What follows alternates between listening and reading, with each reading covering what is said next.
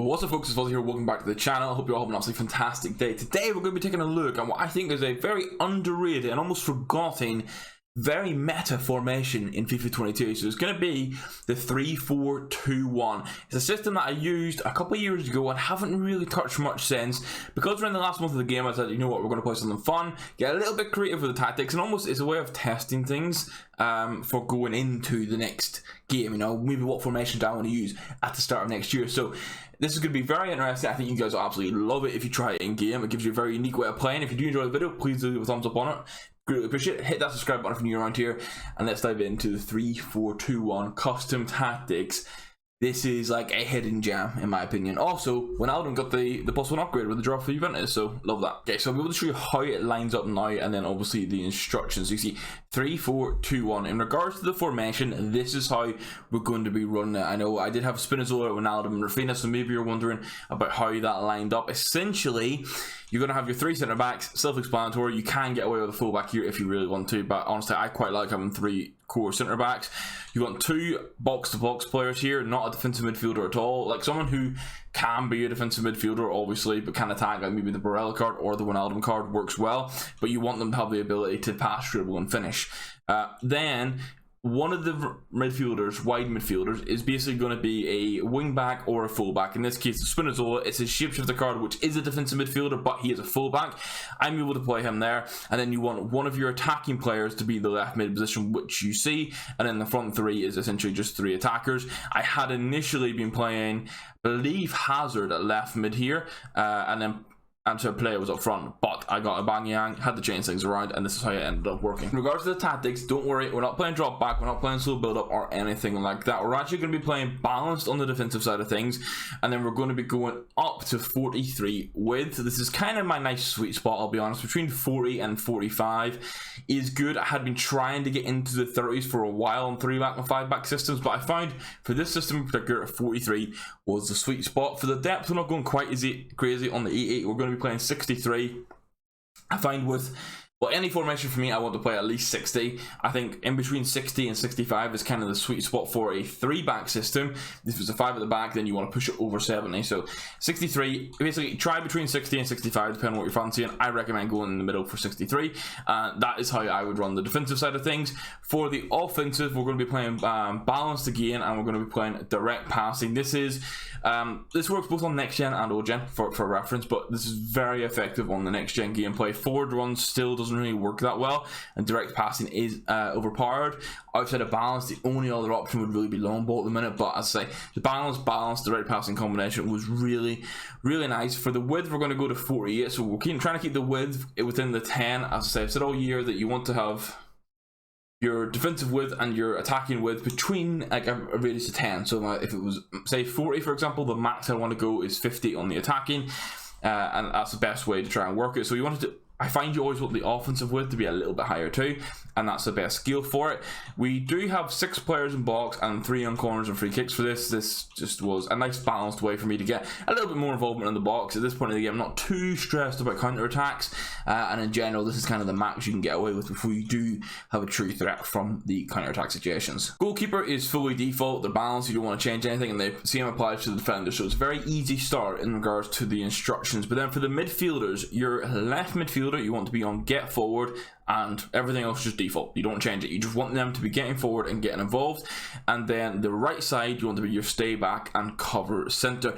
Now, I know basically every other video I've mentioned that I want my left hand side player to be my stay back, but this time I decided to change up a little bit. I thought Rafinha worked best on the right hand side as the stay back, and Wijnaldum worked best for me as the get forward on the left hand side. My right midfielder is on come back on defense and then get in behind for the attacking runs. Essentially, this is where having Spinazzola here is very good. Essentially a high stamina fullback stroke wing back player, and you just want them to bomb up and down the pitch, and he did this absolutely perfectly for me. The same applies for the left hand side of things. Obviously you do have a more attacking minded player here. I quite literally have a striker, but his passing is very good, so I can get away with it.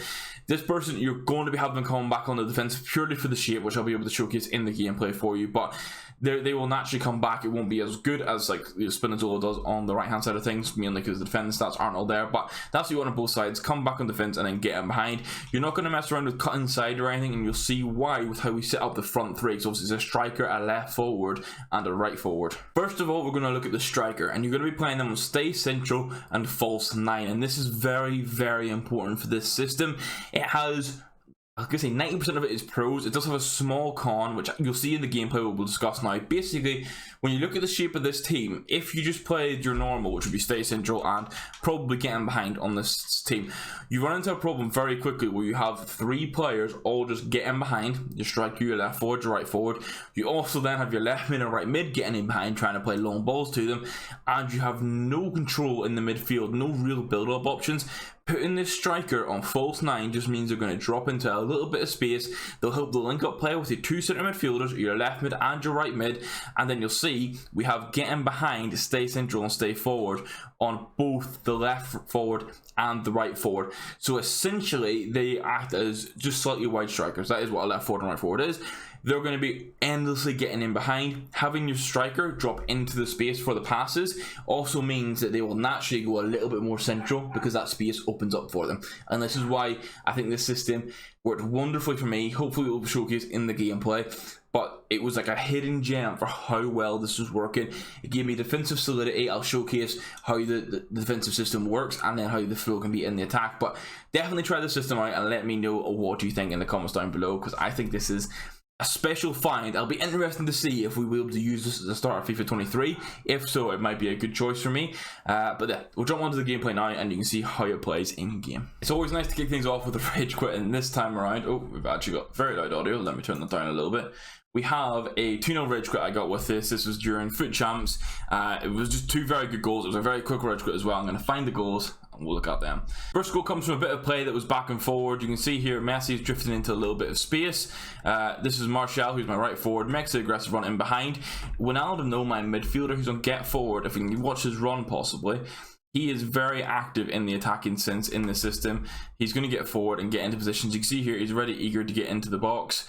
Cuts in across the space, and this is a very easy goal, you know, just left right in front of a goal, just hit it in. And then this is the counter-attacking ability it has, and it's still very loud, so let's get that down. Basically, we've won the ball back here and we're just going to pump it along straight away, and it's going to be to the left forward in this case. You can kind of see the defensive shape here. These are your 3 centre backs. My webcam's actually blocking it. Give me 2 seconds. You can see that's your right centre back there. That's Marquinhos for me. Let's get this webcam back on. Centre back here, and then left centre back down here. Then you have your 2 midfielders. This is Rafinha and Wijnaldum for me. Your right midfielder, left midfielder, and then this is how your front 3 are playing. You'll see in a lot of the transition that Messi will sort of hold this position and not go straight away. Or I can't remember, it is Messi holding the space for me, but he'll hold this position basically in the right forward, and left forward will have opportunities to then get in behind. This is it. You can see it right there. Obviously, he's still going forward, but these 2, Aubameyang and Martial, are making the really eager runs for me. I play an L1 pass to send Aubameyang on the run. The space opens wide up for me, and this is my first game with Aubameyang, and he was rapid and the finishing was smooth. That's a 2-0 rage quit. We've got 2 other games to look at now. Alright, this one was a 4-3 win. It went all the way to extra time, but the first half is what I wanted to show from this. The first goal is, I'm not going to call it counter attack. We win the ball back, and there's just a nice little bit of build up here. We're playing the ball through to Messi, and just lots of L1 passing again. This is very common with how I like to play, but you're going to use your center, or your striker who's playing a false 9, essentially becomes like a center forward, just to hold up space a little bit, let people get forward. You can get your left mid and right mid into space. Again, Wijnaldum, this is why you want a 2 box-to-box players in the midfield, because you are going to get situations like this. He wins the ball back, and then we're able just to transition really nicely up the pitch. You can see this is Messi. Oh, Messi was playing my left forward. El Shaarawy was right forward in this game, and Player was my striker. You can see how deep he's sitting. And then you've got the left mid and the right mid are going to start making runs now. That's why I'm holding up. You can see Spinazzola at the bottom of the screen going forward. My left back takes a little bit longer to get going, but we do get there. I'm able to send Wijnaldum onto a run. He's on my get forward. Even before I send him on the run, actually. You can see the kind of spacing. So Rafinha's here and he's our stay back. Wijnaldum's our get forward. So naturally you can see how that transition is going to be with the settings are on. But Rafinha then, as soon as Wijnaldum goes, Rafinha doesn't drift heavily, but he does drift into the centre. Obviously Wijnaldum's there with him and they're both covering the centre. It's like, it doesn't really matter too much, but as soon as that space goes, you'll see he actually tracks properly into the center. And this is the game why you want a box-to-box 5-star midfielder, purely so you can get those sort of finishes off. Now, the second goal though is full-on counter-attack glory. He goes to the chip, we manage to get back and get the interception in there, and this is just a very speedy build-up. I wanted to get forward with Rafinha here, but I didn't play an L1 pass because I wanted him to hold the space. This was lots of little just L1 passing through, sending people on the run, gets it through to El Shaarawy. I tap it across actually just to make sure we get the goal. And that's just an example of a proper counter-attack you can have with the system, despite needing a press or fast build-up or anything. And then finally, we have a 7-3 win against what was a pretty cracked team. There are examples of this, are the sort of goals you can expect to concede with this system, because as I always say, no system is perfect. There's always a flaw or two. The 3-back and 5-back is typically, it's like a sort of through ball. Like when you're too aggressive, you concede. But there's a lot of goal-scoring opportunities, as you can tell, as we scored a 7. To note, I forgot someone left at 0-0, so it's actually a different team we're playing. This is the gameplay now. Yep, this clip shows the use of the left mid and right mid on getting behind. Obviously, we come up here with Lacroix, and this is just a beautiful ball through. Won't be able to do that at the start of FIFA 23 with the players. Leal manages to bully a little bit here. And play just holds his space in the box very well. I find actually that the positioning of the striker who's playing the false 9, he holds space really well in the box. He's not just like trying to get right in and see El Shaarawy go and sort of get in behind. He just holds that space and holds the pocket really nice, which I'm getting quite fond of the false 9 option for my strikers. We do basically concede immediately, and this isn't really a flaw of the system. I come out with the defender and completely miss the tackle. So that one is on just user error, not the formation. Again, second goal here is a lot of involvement for the left mid and right midfielder. Run it down with Leal here, and basically Spinazzola, I wanted to get a bit more active into the box. He didn't for some reason. He holds the space, but now he comes across and then he manages to get in for the tap in. Obviously, on reflection, the biggest issue with this system, which as you may expect, is here's how we're defending actually. You can see how it becomes a 5-bank. You've got Spinazzola and Leal in this case as my left midfielder, is both on come back on defense. So it becomes very similar to like a 5-2-2-1, I think is the best way to say it. Obviously because there's not a cam. But I pull out one centre back here, obviously an issue. Second centre back here, I pull out. And this means I've got one centre back left to defend their striker, and it's just a really obvious 3-ball. So again, it's user error, but pulling players out is something that a lot of people do. So if you like to charge out with your centre backs, be aware that you can get hit a little bit here. It's a bit different to how a 4 at the back system would be, where your right back and left back might play a little bit closer. Also, that was just your luck of the bounce, but we'll take it. It's with a right back and left back on a small width, they'll be there to cover a bit better if a centre back goes out. If you drag 2 centre backs out on a 3-back though, you just leave gaping space. This was a very back and forth game, and this was a great bit of play from him. He sends Pedri on a run. He's pressed L1 initially, and Pedri just keeps this run going. I tried to get in with Leal, and then he's ran basically just through my defenders. He does a little chip pass through, and that's it. Like, maybe I could have player switched a bit better, but I think this is just the AI tracking in this formation. That's what you need to be aware of. If someone sends a central midfielder on a run, they might be able to penetrate a nice 3-ball on the split between your centre backs. And after this, it was just 4 goals for me that went on to win the game. As you tell, this was quite an intense game. It went all the way to the 67th minute before someone scored again. But this is a bit of a counter-attack opportunity. Obviously, I've turned Martial around there. Messi as my left forward. I'm pumping the 3-ball to him. I need people to get into the box for me in this situation because we're still with like 3-on-6 here. I just wait for Martial to get in, play a little tap pass across, and then it's a nice little goal. And that's just I think at this point Martial was playing my false 9 for me, so that's where I'm in. If we showed it with the player as well, the false 9 is going to be arriving a little bit later into the box, and I got a little bit sway there. Going to arrive a little bit later into the box, and when they do get into the box, they're going to hold the pocket of space really well. So that's why a system where you've got the left forward and right forward that can get in behind and act as like just slightly wider strikers for you, with then a false 9 that's going to hold the space well. Because look at that for a bit of build up, absolutely stunning. The midfielder gets in the box for me. And that's just why I enjoy this system so much, and it's something you might actually be able to do with the 4-3-2-1 because it's obviously very similar. Look at this, look at this absolute blitz in the attack. Look, 3 goals in quick succession. We go 6-3 up, and we'll find the last goal for the second of it at this point. That's the sort of link-up play you can expect to get when you get into a flow with this team, with the left mid and the right mid getting in behind, with that little triangles, passes between your false 9 and your left forward and right forward. And the last goal was pretty much a counter-attack. We managed to win the ball back here.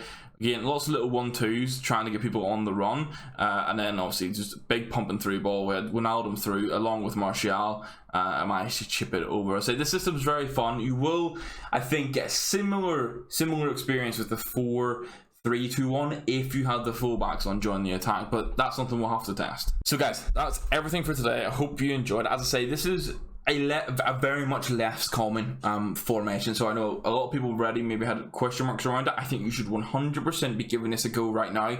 This is the perfect time in the game cycle to actually test formations like this, because although there's a chance they add in extra stuff next year, I mean, I'm going to say from FIFA 19 to from FIFA 20 to 21 to 22, there have been changes in the game, especially this year. They changed a lot of like how you could attack and give you a bit more of a creative options in the settings for custom tactics. But overall, the game has, and the sort of meta has stayed somewhat similar, and it's fairly easy to get like the base core figured out.